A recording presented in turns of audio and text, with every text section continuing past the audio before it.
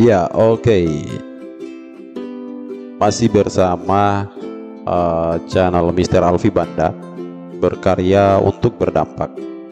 Pada konten vlog seri kinerja guru yang pertama kita sudah menjelaskan ya bagaimana garis-garis besar isi dari Perdirjen 7607 tentang petunjuk teknis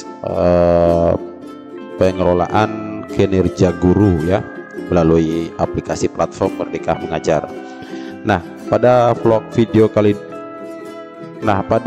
video yang kedua kali ini sahabat sekalian, kita akan membahas bagaimana pengelolaan kinerja guru dan kepala sekolah.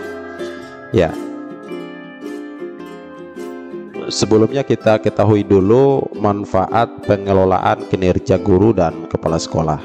Nah, tentunya manfaatnya seperti ini. Yang pertama yaitu memfasilitasi pegawai, yaitu guru dan kepala sekolah, melakukan pengembangan kompetensi peningkatan kinerja secara berkelanjutan. Ya, pengelolaan kinerja pada fiturnya di platform Merdeka Mengajar ini berlaku untuk guru dan kepala sekolah ya sahabat-sahabat sekalian ya. Sementara untuk tenaga kependidikan ya atau tata usaha ya atau tenaga administrasi, ASN PNS maupun ASN P3K ya masih tetap memanfaatkan kinerja BKN untuk pembuatan SKP dan angka kreditnya. Sementara untuk guru bisa menggunakan platform Merdeka Mengajar yang saat ini sudah terintegrasi dengan kinerja BKN. Manfaat kedua sahabat sekalian yaitu memberikan pengakuan dan penghargaan terhadap kontribusi pegawai, yaitu guru dan kepala sekolah terhadap peningkatan kualitas pembelajaran. Yang ketiga, memberikan penguatan dan dukungan terhadap peningkatan karir pegawai, yaitu guru dan kepala sekolah berdasarkan kualitas kinerjanya ya. Nah, sahabat-sahabat sekalian, variabel dalam pengelolaan kinerja fiturnya pada platform Merdeka Mengajar untuk guru dan kepala sekolah terdapat 4 variabel ya, yaitu praktik kinerja ya, pengembangan kompetensi dan perilaku kerja serta dokumen akuntabilitas. Nah, dari 4 variabel ini yang dinilai itu adalah praktik kinerja dan perilaku kerja. Pengembangan kompetensi ini variabel yang menjadi faktor pertimbangan nanti. Kemudian dokumen akuntabilitas atau dokumen yang guru atau kepala sekolah mengunggah atau mengupload ya pada saat menyusun RHK dengan pilihannya ya. Ataupun dokumen-dokumen pendukung lainnya seperti tugas tambahan dalam bentuk surat tugas maupun sertifikat maupun laporan. Ini merupakan dokumen yang tidak dinilai tapi wajib dikumpulkan. Nah, kalau tidak dikumpulkan ini fitur selanjutnya tidak bisa berfungsi atau tidak aktif. Berarti ini perlu atau wajib dikumpulkan atau diunggah. Nah, sahabat sekalian, pada praktik kinerja yang nomor 1 ini di platform Merdeka Mengajar merekomendasikan dari raport pendidikan ya. Untuk guru diambil dari indikator D1 yaitu praktik pembelajaran, dan untuk kepala sekolah indikator D3 tentang kepemimpinan pembelajaran. Sementara untuk pengembangan kompetensi, variabel yang merupakan variabel pertimbangan itu kategori kegiatannya terdiri dari pendidikan, pelatihan, non pelatihan ya, kontribusi komunitas, kontribusi sumber belajar. Sementara perilaku kerja atau variabel yang dinilai ya ini mengacu pada fokus perilaku kerja ya, yang mengacu dari Permen 4 RB nomor 6 tahun 2022 yaitu tentang pengelolaan kinerja ASN ya. dan dijabarkan pada Surat Edaran Kepala BKN nomor 14 tahun 2022 tentang Core Values ASN berakhlak. Ya, nah akronim berakhlak ini ada 7 nilai ya yang diangkat dari 7 aspek, yaitu berorientasi pelayanan, akuntabel, kompeten, harmonis, loyal, adaptif, dan kolaboratif. Ini dinilai sahabat-sahabat. Jadi ini perilaku yang dipilih oleh guru atau kepala sekolah, kemudian dengan tindakan-tindakan untuk mencapai aspek-aspek ini. Ya, nah keempat variabel ini akan menjadi acuan penilai dalam melakukan penetapan predikat kinerja pegawai. Nah, kemudian sahabat sekalian, predikat kinerja ini akan menentukan angka kredit yang diperoleh oleh pegawai atau di dalamnya yaitu guru dan kepala sekolah. Ya, sahabat sekalian, penilaian kinerja pegawai 4 variabel ini. Nah, grafiknya bisa kita lihat di struktur sebelah kiri ini ya. Dari 4 ini 2 variabel adalah variabel yang dinilai ya. Kemudian 1 variabel yang menjadi pertimbangan dan 1 wajib dikumpulkan. Ini sebagai acuan untuk penetapan predikat kinerja dan konversi ke angka kredit ya. Nah, apa variabel pengelolaan kinerja guru dan kepala sekolah? Nah, kategorinya seperti ini sahabat-sahabat sekalian. Ada yang menjadi prioritas, ada yang menjadi akuntabilitas ya. Praktik kinerja untuk guru dan juga untuk kepala sekolah dapat dilihat penjabarannya seperti ini. Praktik kinerja untuk guru yang dilakukan yaitu guru dan menjadi prioritas peningkatan kinerja berdasarkan observasi kinerja. Nah, sementara untuk kepala sekolah yaitu praktik kinerja yang dilakukan kepala sekolah dan menjadi prioritas peningkatan kinerja berdasarkan observasi kinerja. Ini oleh tim penilai dinilai ya. Oke. Nah, pada prioritas kedua yaitu pengembangan kompetensi.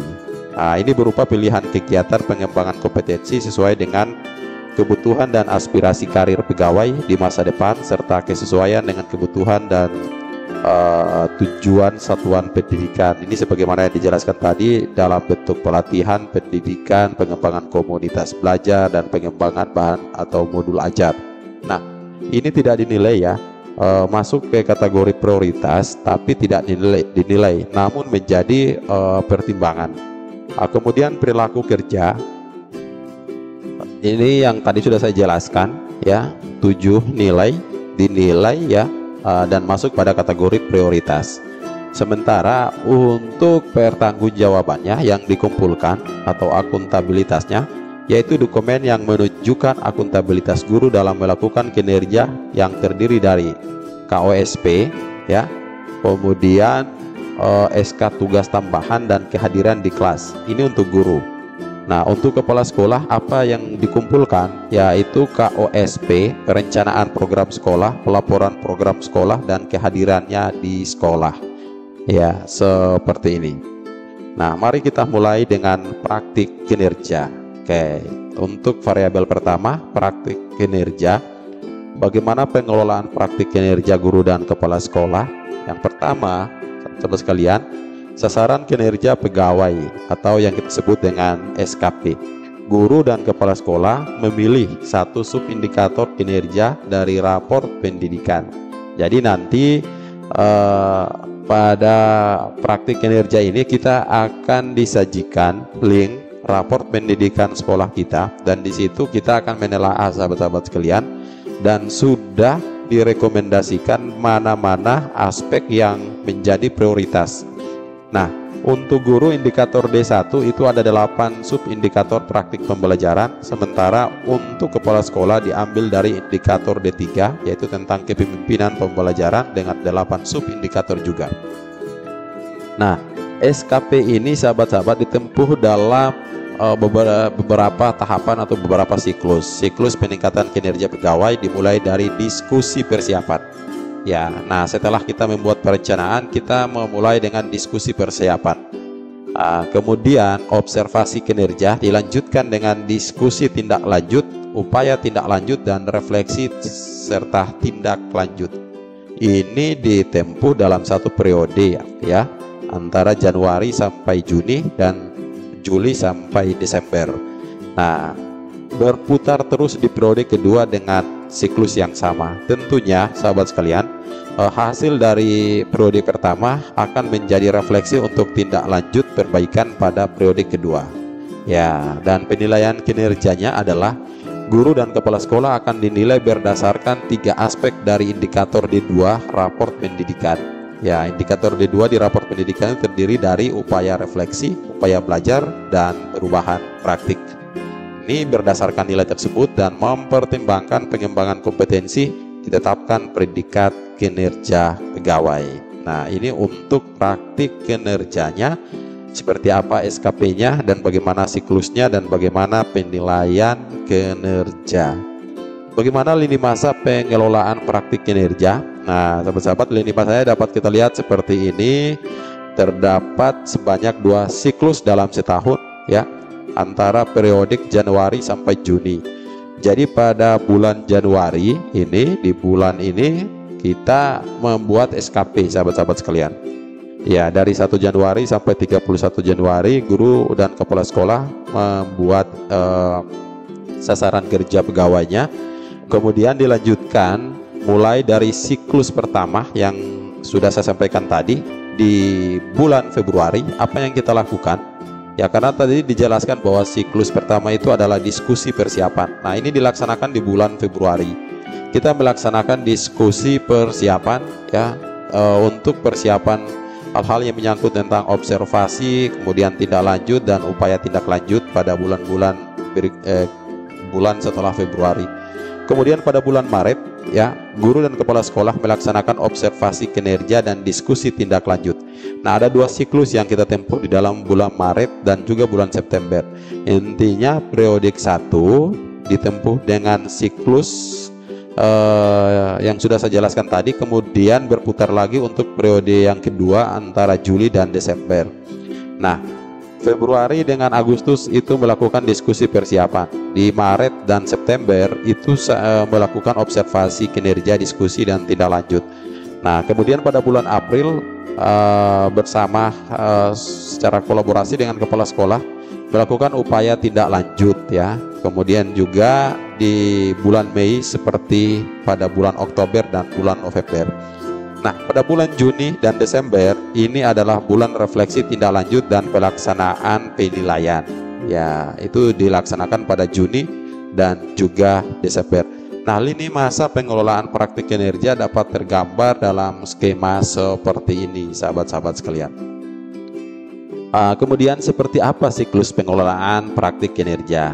Ya, guru dan kepala sekolah. Pengelolaan praktik kinerja adalah sebuah upaya untuk mendukung pegawai melakukan peningkatan kinerja pada satu indikator kinerja pilihan melalui siklus peningkatan kinerja yang terdiri dari 1. Diskusi persiapan, 2. Observasi kinerja, 3. Diskusi tindak lanjut, 4. Upaya tindak lanjut, dan 5. Refleksi tindak lanjut. Ya, nah penjabarannya seperti ini. Pada diskusi persiapan ini upaya merumuskan fokus perilaku, upaya mempelajari dan jadwal observasi kinerja. Ya, nah kemudian pada observasi kinerja, yaitu observasi yang bertujuan untuk menentukan batas dasar kinerja atau baseline, ya, sebelum melakukan upaya peningkatan kinerja. Observasi kinerja bukan untuk melakukan penilaian. Nah, ini bukan untuk melakukan penilaian, tetapi tujuannya untuk menentukan batas dasar kinerja. Pada diskusi tindak lanjut, upaya merefleksikan hasil observasi kinerja, upaya tindak lanjut yang akan dilakukan, dan kebutuhan dukungan untuk peningkatan kinerja. Pada upaya tindak lanjut, yaitu upaya melakukan pengembangan kompetensi yang dibutuhkan untuk peningkatan kinerja, dan refleksi dan tindak lanjut itu upaya merefleksikan tindak lanjut termasuk identifikasi capaian, tantangan, dan rencana perbaikan. Ya, sasaran kinerja pegawai atau SKP. Kita nanti diperhadapkan dengan 8 pilihan indikator praktik kinerja guru seperti ini. Jadi 8 subindikator turunan dari indikator D1 ya, kualitas pembelajaran untuk guru. Nah, seperti ini sahabat-sahabat sekalian. Guru memilih satu subindikator untuk ditingkatkan melalui siklus peningkatan kinerja. Ya, 8 pilihan indikator ini dapat diubah sesuai prioritas pendidikan nasional. Jadi ini sudah ditawarkan sahabat-sahabat sekalian ya. 8 indikator ini secara otomatis nanti akan muncul pada saat kita merencanakan atau membuat SKP. Kita memilih satu indikator ya. Kemudian indikator itu untuk ditingkatkan melalui siklus peningkatan kinerja. Nah, indikator-indikator ini juga akan disesuaikan dengan raport pendidikan yang menjadi kebutuhan prioritas ya, dalam rangka untuk meningkatkan raport pendidikan satuan pendidikannya. Jadi kita nanti memilih ini di antara 8 ini mana. Tentunya tidak langsung memilih aja. Silahkan nanti dilihat link raport pendidikannya ya. Di fitur pengelolaan kinerja juga sudah ditautkan linknya. Nanti pada vlog video selanjutnya akan saya demo bagaimana cara membuat SKP dan merencanakan RHK-nya selama periodik Januari dan juga di bulan Juli ya. Oke. Untuk kepala sekolah, sahabat-sahabat sekalian, diambil dari D3, indikator D3 di raport pendidikan, yaitu tentang kepemimpinan pembelajaran. Tentunya indikatornya sedikit berbeda dengan yang ada di guru ya, yang ada di guru, karena di kepala sekolah ini lebih mengarah kepada kepemimpinan pembelajaran, manajerial, kewirausahaan dan juga supervisi pembelajaran. Nah, sama saja dengan guru, kepala sekolah juga memilih salah satu indikator yang menjadi rekomendasi dari raport pendidikan ya, dan ini harus sesuai dan sejalan dengan ekspektasi kinerja organisasi atau sekolah. Jadi perlu urung rembuk, perlu dialog, perlu diskusi bersama antara kepala sekolah dengan guru ya, sehingga berkomitmen bersama dalam rangka untuk meningkatkan kualitas pendidikan, meningkatkan kompetensi guru, dan dapat juga meningkatkan raport pendidikan di periodik berikutnya. Oke. Nah, sahabat-sahabat sekalian, bagaimana penilaian praktik kinerja guru dan kepala sekolah? Ketika kita mengacu pada siklus peningkatan kinerja pegawai ya, yang tergambar di samping kanan dan sudah saya jelaskan juga sebelumnya, dijabarkan bagaimana pejabat penilai, yaitu kepala sekolah atau pengawas sekolah, menilai praktik kinerja pegawai yang terdiri dari guru dan kepala sekolah di setiap tahapan siklus peningkatan kinerja pegawai. Ya, tahapan siklusnya tadi tahapan mulai dari upaya refleksi, upaya mempelajari, dan perubahan praktik. Nah, pejabat penilai menilai bagaimana upaya pegawai melakukan refleksi untuk menyadari kesulitannya dalam peningkatan pembelajaran dengan mempertimbangkan kualitas refleksi pada diskusi tindak lanjut ya pada siklus C, kemudian kualitas refleksi ya pada siklus E, refleksi tindak lanjut observasi kelas. Nah, kemudian di mana upaya memperbaiki, yaitu dengan mempertimbangkan kualitas refleksi terhadap penyelesaian upaya tindak lanjut pada siklus E ya, yaitu refleksi dan tindak lanjut. Nah, perubahan praktik di mana? Perubahan praktik ini sahabat-sahabat sekalian yaitu pada siklus E, yaitu refleksi tindak lanjut. Nah, tentunya pejabat penilai melihat bagaimana perubahan kinerja yang ditunjukkan oleh pegawai dari waktu ke waktu yang mempengaruhi kualitas pembelajaran di kelas atau satuan pendidikan. Nah, seperti ini penilaian praktik kinerja berdasarkan siklus peningkatan kinerja pegawai. Apa aspek penilaian terhadap praktik kinerja? Nah, tentunya dalam melaksanakan sebuah penilaian perlu aspek-aspek ya yang menjadi pertimbangan atau yang dijadikan sebagai rubrik dalam pelaksanaan penilaian tersebut. Nah, upaya pegawai dalam melakukan peningkatan pada satu indikator kinerja pilihan melalui siklus peningkatan kinerja akan dinilai berdasarkan 3 aspek yang diturunkan dari indikator D2 raport pendidikan.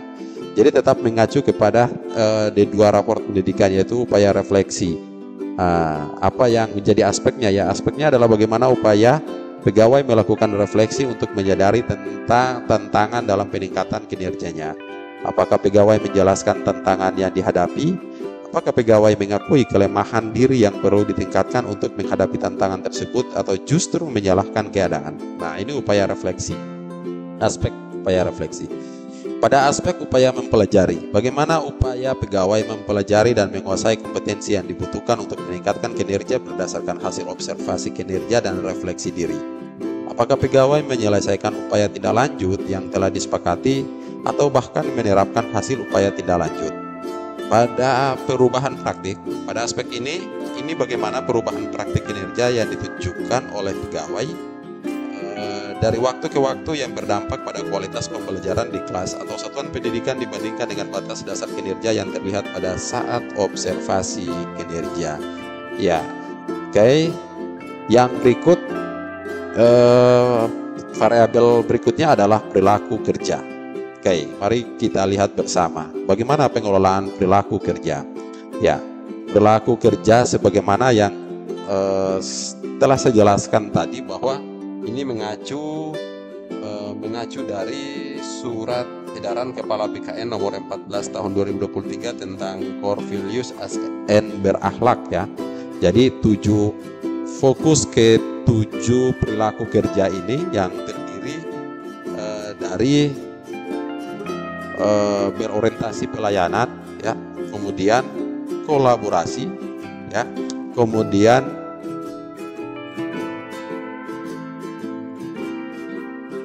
akuntabel, kemudian kompeten, harmonis, loyal, dan adaptif.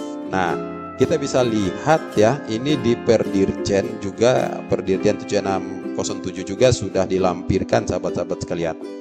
Nah, apa sasaran SKP-nya, ya, sasaran kinerja pegawainya, yaitu pegawai atau guru dan kepala sekolah memilih 7 fokus. Jadi 7 fokus ini dipilih, sahabat, aspeknya tetap dipilih, ya, perilaku kerja yang akan ditingkatkan. Jadi dari 7 fokus ini nanti ada langkah-langkah upaya untuk mencapai sasaran atau mencapai perilaku kerja dari aspek tersebut. Jadi kalau nanti di fitur pengelolaan kinerja ini sudah disediakan, jadi sahabat-sahabat tinggal memilih saja, ya, yang mana yang akan ditingkatkan di periodik ini. Nah, tentunya ini menjadi refleksi dan pertimbangan dari hasil periode ini untuk perbaikan pada periode berikutnya. Terus bagaimana penilaian kinerjanya? Ya, pejabat penilai melakukan diskusi penilaian bersama pegawai menggunakan rating perilaku, yaitu di atas ekspektasi atau sesuai ekspektasi atau di bawah ekspektasi. Nah, ekspektasi ini yang sudah direncanakan sebelumnya, ya, pada saat membuat SKP. Apakah hasilnya seperti apa terkait tentang perilaku kerja pegawai guru dan kepala sekolah. Nah, ini nanti bisa dibaca lagi, ya, sahabat-sahabat sekalian, tentang sub-sub aspek dari 7 perilaku kerja ini, ya, sahabat-sahabat sekaliannya. Yang ketiga adalah pengembangan kompetensi. Pada variabel pengembangan kompetensi, cakupannya itu ada skala prioritas, ya, ada kategori peran dan kategori kegiatan, ya. Nah, seperti apa? Nah, seperti skala prioritas itu terdiri dari program prioritas dan program non prioritas. Program prioritas itu seperti apa? Ini mengacu pada program dan kebijakan prioritas pemerintah, dalam hal ini Kementerian Pendidikan dan Kebudayaan, yang terdiri dari misalnya pendidikan guru penggerak, sekolah penggerak, PPG, IKM, ya, dan perencanaan berbasis data. Nah, ini program-program prioritas yang akan menjadi cakupan pada pengembangan kompetensi. Terus di luar daripada ini disebut sebagai program non prioritas. Nah, untuk kategori peran, nanti perannya sebagai apa? Apakah sebagai kontributor atau partisipan atau sebagai peserta? Nah, kalau kita sebagai kontributor, maka kita sebagai penggerak, narasumber, pengajar praktik, fasilitator, guru pamong, ya, coach atau mentor, penelaah, pembuat konten, dan lain-lain. Berarti itu kita sebagai kontributor. Nah, kalau kita sebagai partisipan atau orang yang hadir untuk mengikuti dan mendengar, berarti kita adalah sebagai peserta. Tentunya poin-poinnya juga akan berbeda-beda. Nah, dari kategori kegiatan, dilihat dari kategori kegiatan, cakupan ini terdiri dari pelatihan, ada pengembangan kompetensi selain pelatihan, ada pengembangan kompetensi yang menyangkut tentang aktivitas kegiatan komunitas belajar, ada kegiatan-kegiatan tentang pembuatan sumber belajar dan kegiatan-kegiatan kependidikan lainnya. Nah, kita bisa lihat nanti seperti ini peran kita sebagai apa, program yang kita pilih itu apakah prioritas atau program non prioritas. Ya, kalau program prioritas tentunya poinnya juga akan makin besar ya sahabat-sahabat. Kalau peran kita sebagai kontributor maka poinnya pun akan lebih besar. Terus kalau kategorinya bisa kita pilih dan sesuaikan dengan yang ada di fitur pengelolaan kinerja PMM. Nah, ini catatannya sahabat ya. Setiap kegiatan pengembangan kompetensi diboboti dengan poin. Besaran poin ditentukan berdasarkan skala prioritas, kategori peran, dan kategori kegiatan. Pengembangan kompetensi bertujuan untuk membantu guru mengembangkan kapasitasnya dalam meraih aspirasi karir di masa depan. Ya, semakin besar poin yang didapatkan seorang pegawai, ini mengindikasikan dua hal, yaitu semakin besar upaya dalam meraih aspirasi karirnya, dan semakin besar kontribusinya terhadap transformasi pembelajaran. Guru dan kepala sekolah atau pegawai wajib menyelesaikan kegiatan pengembangan kompetensi sejumlah 32 poin. Besaran poin yang didapatkan akan menjadi pertimbangan dalam penilaian praktik kinerja. Nah, tadi sudah dijelaskan bahwa pada variabel pengembangan kompetensi ini tidak dinilai, tapi ini menjadi pertimbangan dalam penilaian praktik kinerja. Nah, minimal sahabat sekalian kita harus memilih minimal 32 poin dari beberapa rencana hasil kegiatan yang sudah tersedia di fitur pengelolaan kinerja pada PMM. Ya, seperti itu untuk pengembangan kompetensi. Terus apa cakupannya untuk pengembangan kompetensi? Ya, oke.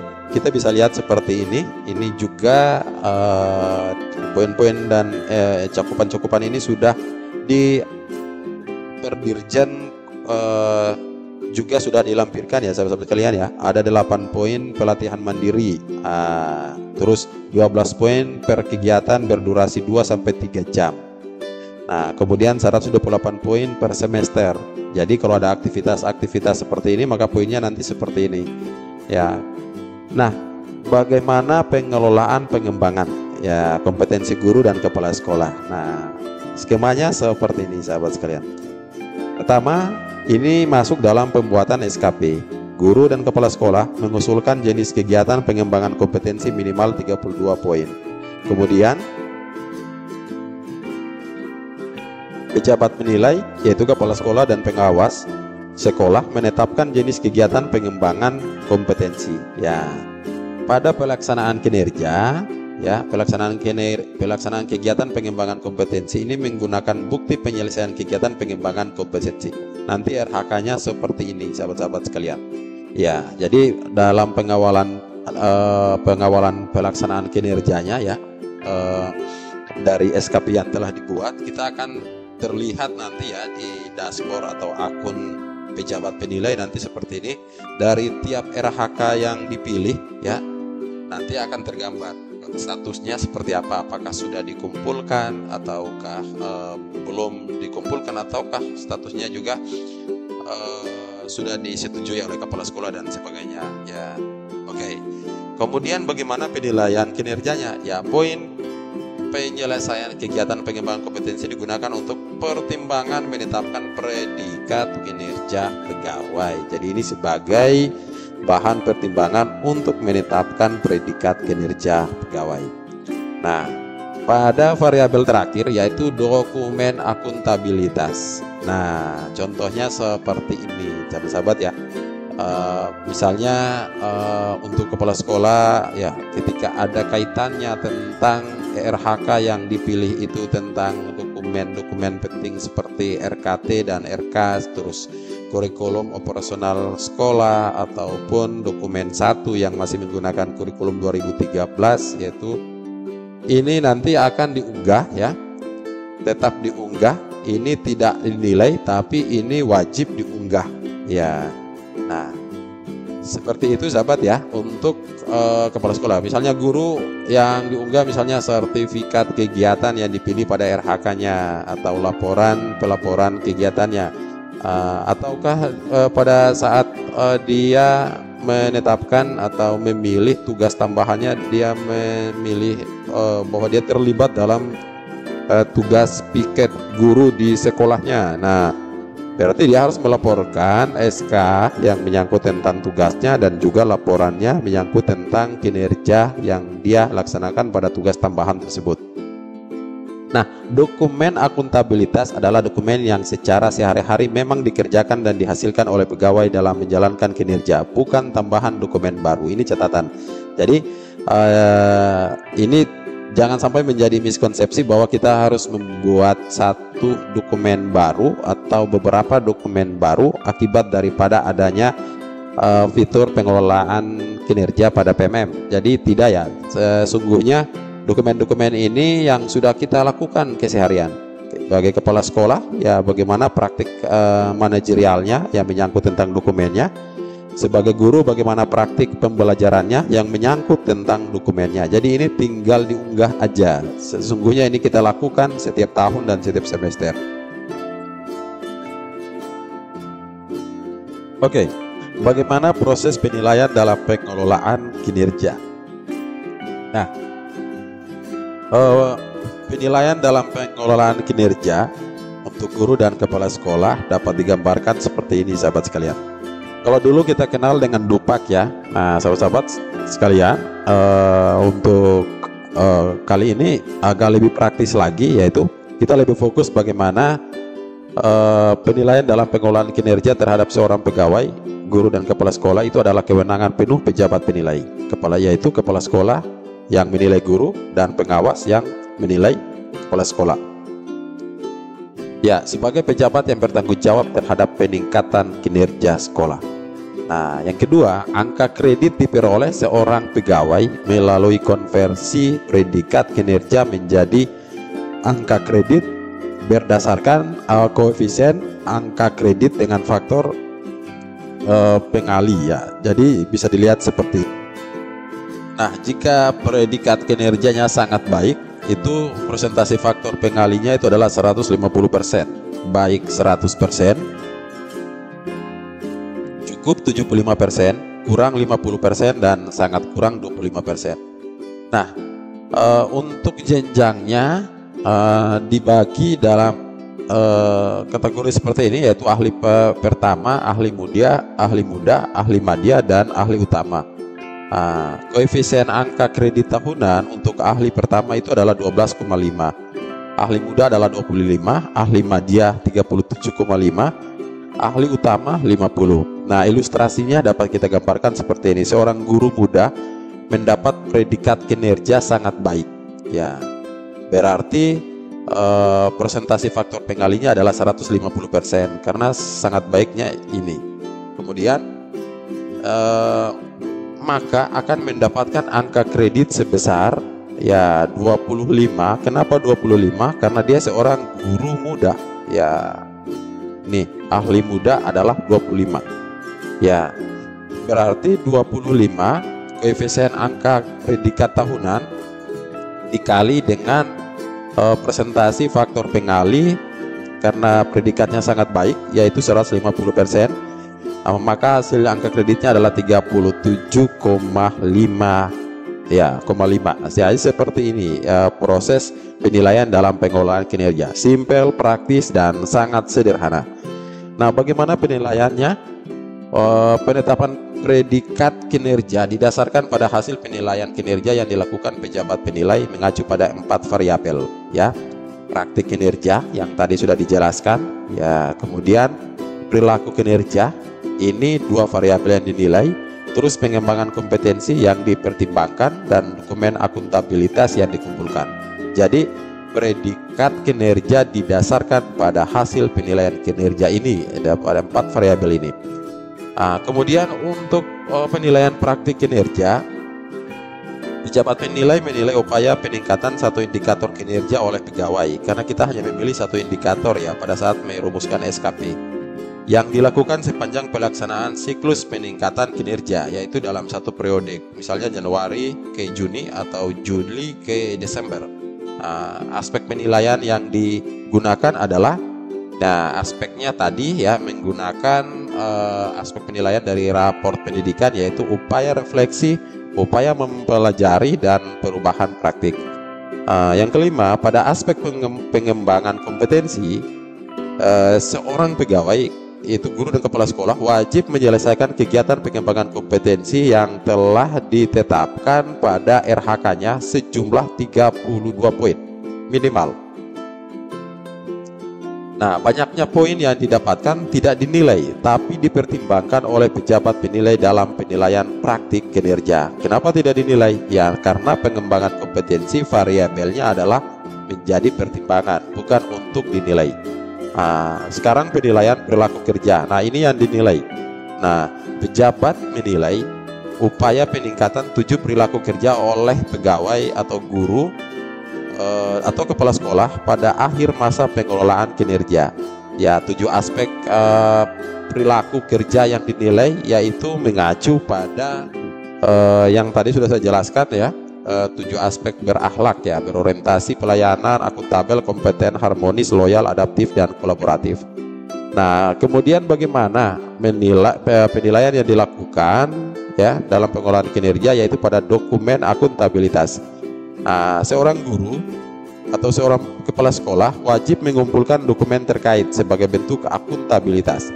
Nah, dokumen-dokumen ini tidak dinilai, tapi wajib dikumpulkan sebagai bentuk pertanggungjawaban atas komitmen dan konsistennya guru atau kepala sekolah terhadap apa yang dirancang, dan sebagai bukti bahwa peningkatan kinerja dan kompetensi yang dilakukan sejak perencanaan sampai pada aspek tidak lanjut. Ya, ini tidak dinilai, tapi bila tidak dikumpulkan maka predikat kinerja yang diperoleh seorang pegawai tidak bisa ditampilkan. Nah, ini karena hasilnya nanti otomatis tentunya tidak bisa ditampilkan dan tidak bisa next lanjut ke perintah selanjutnya kalau guru atau pegawai guru atau kepala sekolah tidak mengunggah atau tidak mengumpulkan dokumen akuntabilitas. Nah, ya, ilustrasi penilaian dalam pengelolaan kinerja guru dan kepala sekolah dapat kita lihat seperti ini, sahabat-sahabat sekalian. Ini ada ilustrasi Ibu Haryati ya, 35 tahun. Beliau adalah ASN guru ahli madya. Kemudian ada Pak Hendrawan, 29 tahun. Ini adalah ASN guru ahli muda. Rating praktik kinerja Ibu Sri Haryati ini di atas ekspektasi pimpinan. Ya, begitu juga pada Pak Hendrawan ya, di atas ekspektasi pimpinan. Ini ratingnya. Ya. Kemudian pada pengembangan kompetensi Ibu Sri 36 poin ya, berarti sudah memenuhi ya, karena syaratnya 32. Pak Hendrawan 64 ya, berarti poin tertinggi itu adalah Pak Hendrawan ya. Nah, kemudian rating perilaku kerja. Untuk rating perilaku kerja Ibu Sri sesuai ekspektasi pimpinan, tapi Pak Hendrawan ini di atas ekspektasi pimpinan. Nah, sekarang penetapan predikatnya untuk Ibu Sri adalah baik ya, sementara untuk Pak Hendrawan sangat baik. Nah, tentunya berbeda ya sahabat-sahabat sekalian. Walaupun Pak Hendrawan hanya seorang guru ahli muda, sementara Ibu Sri ini adalah guru ahli madya. Tetapi karena beberapa aspek pada rating pada poin pengembangan kompetensi dan rating perilaku kerja, Pak Hendrawan memiliki 64 poin pada pengembangan kompetensi, lebih tinggi daripada Ibu Sri. Kemudian rating perilaku kerja Pak Hendrawan ini di atas ekspektasi pimpinan. Nah, dibandingkan dengan Ibu Sri yang sesuai ekspektasi pimpinan, maka nilai akhir predikat kerja oleh Pak Hendrawan akan sangat baik. Nah, kemudian Ibu Sri baik. Nah, bagaimana perhitungan angka kreditnya? Nah, perhitungannya adalah 100% Untuk Ibu Sri 100% dikali dengan 70,5. Nah, kenapa 70,5? Ya, karena Ibu Sri adalah seorang ahli madya, ya. Nah, jabatan fungsional adalah seorang ahli madya seperti yang tadi, seperti ini. Ya, ahli madya itu jenjangnya, koefisien angka kreditnya adalah 37,5. Sementara untuk Pak Hendrawan ini guru ahli muda. Nah, guru ahli muda ini 25 koefisien angka kredit tambahan, ya. Nah, sangat baik 150, baik 100. Oke, kita lihat lagi. Nah, oke. Ibu Sri ini 100% dikali 37,5. Kenapa 100? Ya karena baik. Ya, kemudian Pak Hendrawan 150% karena kategori predikat kerjanya adalah sangat baik. Dikali 25, maka nilai angka kredit untuk Pak Hendrawan adalah 37,5, sementara untuk Ibu Haryati 37,5. Ya, nah gambarannya seperti ini sahabat-sahabat sekalian ya. Nah, oke. Jika ada kendala sahabat-sahabat sekalian ya, nanti ini bisa dibaca beberapa pertanyaan-pertanyaan yang sering muncul atau menjadi familiar dalam pengelolaan kinerja guru dan kepala sekolah ya, atau teman-teman bisa langsung lewat PMM untuk hubungi pusat bantuan ketika ada kendala-kendala yang memang perlu harus ada penjelasan. Nah, sahabat-sahabat sekalian, mulai Januari 2024 lakukan pengolahan kinerja guru dan kepala sekolah di PMM yang sudah terintegrasi dengan e-kinerja SIASN BKN. Dimulai dari perencanaan, pelaksanaan, dan penilaian kinerja kini lebih praktis, lebih relevan, dan sangat berdampak. Ya, ini link materinya bisa juga teman-teman pelajari ya, link materi untuk atau link bahan bacaan dan beberapa regulasi terkait tentang pengelolaan kinerja. Demikian yang bisa saya bagikan di vlog seri 2 ini. Semoga menginspirasi dan semoga terbantu. Terima kasih.